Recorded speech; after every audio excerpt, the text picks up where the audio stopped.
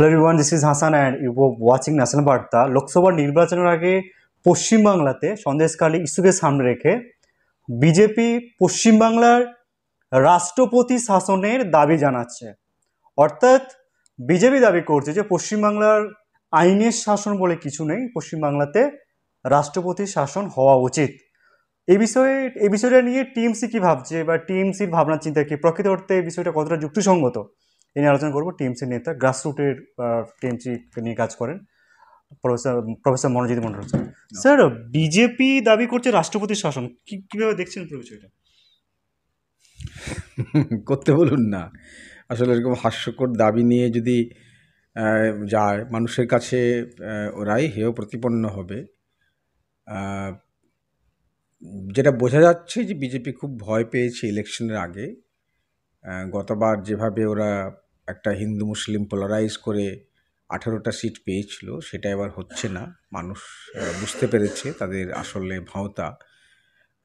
18 জনের মধ্যে 2 জন সাংসদও ঠিকঠাক করে তারা এলাকায় কাজ করেননি। আপনারা দেখেছেন তাদের নিজেদের দলের লোকেরা বাঁকুড়ায় সুভাষ সরকারকে ঘেরাও করেছে এক মন্ত্রীকে। আসলে ওদের ভাবছে যে যদি রাষ্ট্রপতি শাসন করা যায় তাহলে খুব নিজেদের পছন্দ মতো করে ভোটটা করতে স্যার, পারে। বিজেপি বলে যে পশ্চিমবাংলার আইনের শাসন বলে কিছু নেই। এই কথাটা বলছে কি করে? কথাটা বলছে মানেই বারবার করে আপনি দেখুন তো, 98% মিডিয়া তারা গিয়ে রাজ্য সরকারের পুরো বাবান্তর করে ছাড়ছে। মমতা বন্দ্যোপাধ্যায়ের মুখ্যমন্ত্রীর বাবান্তর করে ছাড়ছে। অভিষেকের মানে একেবারে ফ্যামিলি, বাবা মা, স্ত্রী, বাচ্চা, ছেলে মেয়ে তাদেরকে পর্যন্ত ছাড়ছে না। যেগুলো আমি মনে করি বাচ্চাদেরকে নিয়ে বলা ক্রিমিনাল অফেন্স, তারপরেও শুভেন্দু অধিকারী ঘুরে বেড়াচ্ছে রাস্তায়। এটা বোঝা যায় যে আইনের শাসন আছে, আইনে বিশ্বাস করা যায়। সেই জন্যই এটা মণিপুরও নয়, এটা গুজরাটও নয়, এটা উত্তরপ্রদেশও নয় যে দিন রাতে এনকাউন্টার হবে বা মেয়েদেরকে পুড়িয়ে মারা হবে, রাস্তায় নেকেটভাবে ঝরানো হবে। এটা সেই রাজ্য নয়, এটা পশ্চিমবাংলা। এখানে যুগ যুগ ধরে মানুষ গণতন্ত্রে বিশ্বাস করে। ভারতবর্ষের গণতন্ত্রের যে ফাউন্ডেশন সেটা পশ্চিমবাংলায় হয়েছে আজ থেকে প্রায় 100 বছর আগে, 100 বছর 150 বছর আগে। সে হয়েছে রবি ঠাকুরের হাত ধরে, সে হয়েছে মহাত্মা গান্ধীর হাত ধরে, সে হয়েছে নেতাজি সুভাষচন্দ্র বসুর হাত ধরে, সে হয়েছে আরও সমস্ত মনীষীদের, সুরেন্দ্রনাথ ব্যানার্জি থেকে শুরু করে চিত্তরঞ্জন দাস সবার হাত ধরে হয়েছে। এ দেশ, এই মাটি দুর্জয় ঘাঁটি যেমন একদিকে, আবার একদিকে মানুষের সাধারণের গণতন্ত্রের কথাই মাটি আমাদেরকে শিখিয়েছে। এবং তার জন্যই ভারতের যে সংবিধান, সেই সংবিধানটা পশ্চিমবাংলার, আমি মনে করি যে পশ্চিমবাংলার ধারাকে নিয়ে বা বাহককে নিয়ে করা হয়েছে। এবং পশ্চিমবাংলা থেকে যিনি ভারতবর্ষ তথা দেশকে রিপ্রেজেন্ট করেছেন, বিশ্বকে রিপ্রেজেন্ট করেছেন, সেই রবি ঠাকুরকেই জাতীয় কবি বলা হয়। স্যার, কুণাল সরকার উনি অগ্নিমিত্র পলকে যেভাবে আক্রমণ করেছেন, বেহায়া নির্লজ্জ বলে। কুণাল ঘোষ। হ্যাঁ, কুণাল ঘোষ তো এটা একটা একটা স্পোক্স পার্সন, দলীয় স্পোক্স পার্সন। আজকে কুণাল ঘোষের বাড়িতে বিজেপির নেতৃত্বে তারা গিয়ে আন্দোলন করছেন। পুরো বিষয়টা কি কতটা না, যুক্তিসঙ্গত? দেখুন, হয়তো উনি খুব উত্তেজনা বশে কথাগুলো বলেছেন। দেখেছেন আপনারা, উনি খুব আবেগপ্রবণ মানুষ। কিন্তু আপনি এটা দেখুন, যেভাবে লাগাতার কুৎসা রটানো হচ্ছে রাজ্যের বিরুদ্ধে, বাংলার বিরুদ্ধে। মুখ্যমন্ত্রী অভিষেক আপনি ছেড়ে দিন, তারা ইন্ডিভিজুয়াল, তারা বাংলার গণ্যমান্য ব্যক্তি।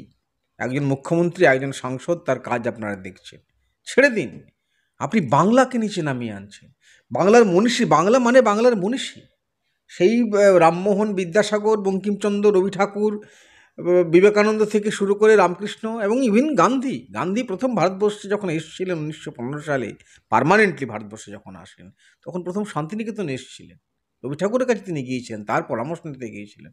নেতাজি, সুরেন্দ্রনাথ, চিত্তরঞ্জন, যাদের কথা আমি বললাম, এই বাংলাকে আপনি কোথায় নামিয়ে নিয়ে যাচ্ছেন? এই বাংলার আপনি বদনাম করে যাচ্ছেন। তো মানুষের আবেগ জ্বলবে না?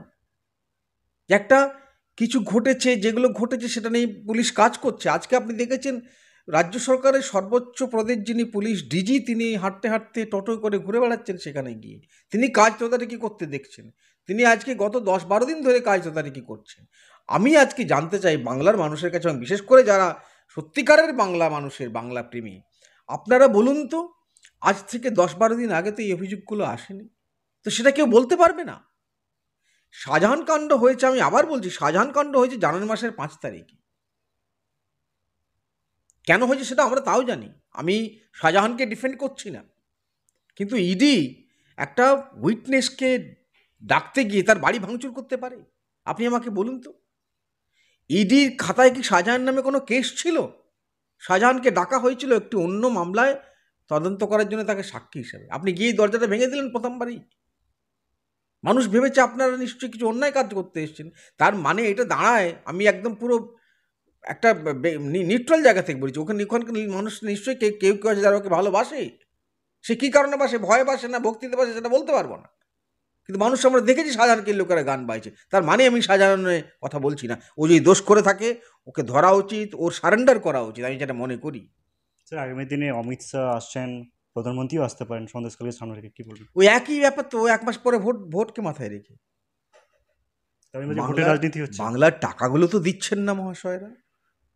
বাংলার 1,16 কোটি টাকা, 1,16,000 কোটি টাকা পাওনা আছে, আপনারা দিচ্ছেন না তো। বাংলার মানুষকে আপনারা পেটে মারছেন, ভাতে মারছেন। রাজ্য সরকারকে টাকা দিতে হচ্ছে তাদের কোষাগার থেকে, যেটা অভাবনীয় ভারতবর্ষের ইতিহাসে। ফেডারেল স্ট্রাকচারটাকে আপনি ভেঙে দিয়েছেন। আপনি কিসের জন্য আসছেন? ভোট নিতে আসছেন, ভোট কিনতে আসছেন। বাংলার মানুষ এগুলো দেখছে। এই আবেগপ্রবণ কথা বলতে গিয়ে কুণালবাবু নিশ্চয়ই বলে ফেলেছেন। আমি মনে করি সেগুলো নিশ্চয় উনি পরে বুঝবেন যে না, ঠিক নয়, কারণ মহিলার সম্পর্কে বলছেন। কিন্তু এটাও তো মাথায় রাখতে হবে, কতদিন একটা আমাদের দল সহ্য করবে যেভাবে আপনারা গালিগালাজ করছেন সর্বোচ্চ নেত্রীকে এবং কুৎসা রটাচ্ছেন। বাংলার ভার মানুষ মমতা বন্দ্যোপাধ্যায়ের হাতে দিয়েছে, সেই বাংলাকে আপনারা অপমান করছেন দিনের পর দিন। যদি সত্যি কিছু হয়ে থাকে, আমি আপনাকেও বলছি অগ্নিমিত্রা দেবী, আপনি উইটনেসগুলো দিন। মিডিয়ার বন্ধুদেরকে বলছি, পুলিশের কাছে বলুন যে এই লোকেরা কমপ্লেন করছে। পুলিশ তারপর যদি অ্যাকশন না নেন, আপনি কথা বলুন। আপনারা শুধু মিডিয়া সেন্সেশন করছেন। কারো বাড়িতে ঢুকে যাচ্ছেন মিডিয়া, তিনি জামা কাপড় পরছেন, তখন আপনারা গিয়ে তাকে লাইভ স্ট্রিম করার চেষ্টা করছেন। সেই জায়গা থেকে একজনকে অ্যারেস্ট করা হয়েছে, আমি শুনলাম, একজন সাংবাদিককে জোর করে কারো বাড়িতে ঢুকে গিয়ে তিনি ছবি তুলতে চেয়েছেন। কেন করবেন আপনি সেটা? আপনি মিডিয়া বলে যা ইচ্ছে করতে পারেন না। এবং আপনার মিডিয়া আমি বলবো না, আপনার দিনের পর দিন এটা কি প্রশ্ন করা হচ্ছে? অভিষেক বন্দ্যোপাধ্যায় কিছু করলে বলা হয় যে আপনি হুমকি দিচ্ছেন। এটা কি প্রশ্ন করা বলা হয়? আপনি বলুন না, প্রশ্ন করুন। আপনি তো আমাকে প্রশ্ন করছেন, 100টা প্রশ্ন করবেন। যারা সরকার পক্ষে হয়ে কথা বলে, যারা দলের হয়ে কথা বলে, শাসক দল কোট আনকোট, তাদের নিশ্চয়ই প্রশ্ন করবেন। কিন্তু প্রশ্ন করা মানে এই নয় যে আপনি তাদের নামে কুৎসা করবেন, তাদেরকে গালিগালাজ করবেন। তাদেরও ব্যক্তিগত জীবন আছে। আপনি একজন মানুষকে বলে দিচ্ছেন, তিনি তার বাড়িতে ইডি গেলেই বলে দিচ্ছেন সে করাপ্ট। আমাদের কতগুলো মন্ত্রী, সুজিত বসুর বাড়ি দেখলেন, তাপস রায়, তাকে আপনি গিয়ে বলছেন করাপ্ট। তার ছেলে মেয়েদেরকে রাস্তাঘাটে তাদের বেরোতে হবে বাড়ি থেকে। ফিরহাদ হাকিমের সাথে একই জিনিস হয়েছে। ফিরহাদ হাকিমের বাড়িতে আপনি গেছেন, আপনি প্রমাণ নিয়ে যান। তখন প্রমাণ চাননি তো আপনি। স্যার বিরোধীরা বলছে যে যেভাবে মমতা ব্যানার্জির উত্থান হয়েছিল নন্দীগ্রামকে সামনে রেখে, ঠিক অবনতি হবে সন্দেশখালীকে সামনে রেখে, কি বলবেন? এটা আপনারা কম্পেয়ার করছেন?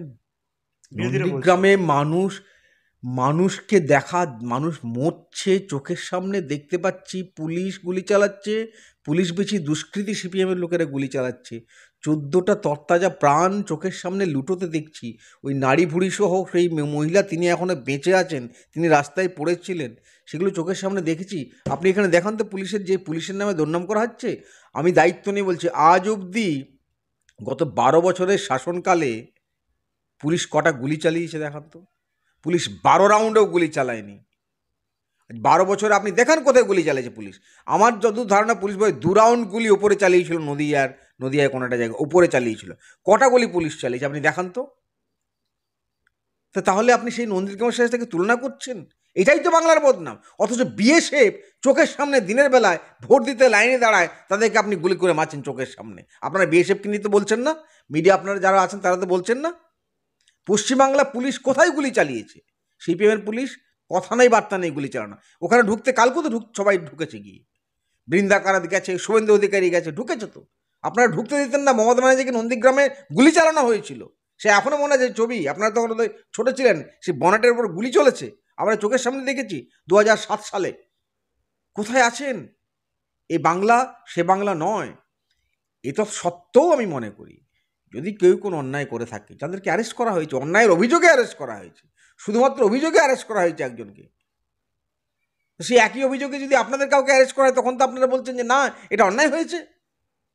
উত্তম সরকার, শিবু হাজরা, এদেরকে তো অ্যারেস্ট করা হয়েছে অভিযোগের ভিত্তিতে, বা আরও অনেক লোকেরা জেলে আছে, তারা তৃণমূলের।